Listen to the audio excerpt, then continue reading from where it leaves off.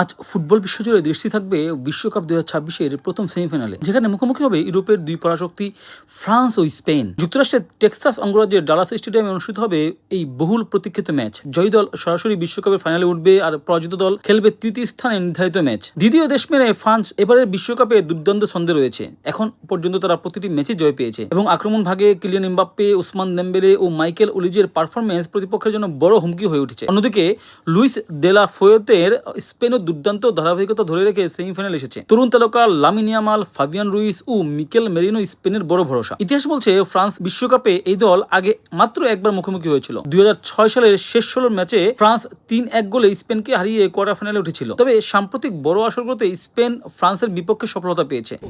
Bonjour, j'espère que vous allez bien. আজ আমাদের দ্বিগুণ আনন্দের দিন। একদিকে জাতীয় দিবস আর একদিকে বিশ্বকাপ সেমিফাইনাল। এর চেয়ে বড় উদযাপন আর কি হতে পারে? আমরা চাই ফ্রান্স আজ জিতুক।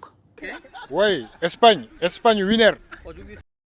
ফ্রান্সের জাতীয় দিবসকে অবশ্য সম্মান জানাই, তবে আমি একজন ফরাসি হিসেবে মনে করি ফ্রান্সের চেয়ে স্পেন কঠিন প্রতিপক্ষ এবং শক্তিশালী।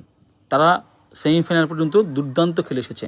ফিফা ওয়ার্ল্ড কাপের আজকে সেমিফাইনাল ম্যাচ, দুটি শক্তিশালী দল এটিতে লড়াই করবে। একদিকে ইউরোপের শক্তিশালী দল স্পেন, অন্যদিকে ফরাসি শক্তিশালী দল ফ্রান্স। যেহেতু আমি ফ্রান্সে বসবাস করি, আজকের এই সেমিফাইনাল ম্যাচে আমি ফ্রান্সকেই সাপোর্ট করছি। I rating that French we want to win. ফ্রান্সের শক্তি তাদের দ্রুত আক্রমণ, আর স্পেনের শক্তি বল দখল ও পাসিং ফুটবল। যে দল চাপ সামলে সুযোগগুলো কাজে লাগাতে পারবে তারাই ফাইনালের টিকিট নিশ্চিত করবে। ল্যাটিন বাংলাকে ফ্রান্সবাসীরা জানিয়েছেন তাদের মতামত। রয়েছে প্রতিক্রিয়া, মিশ্র প্রতিক্রিয়া ফ্রান্স এবং স্পেনকে নিয়ে। কারো কারো মতে লামিন ইয়ামাল বর্তমান দুর্দান্ত খেলছে এবং সে খুব ভালো খেলছে।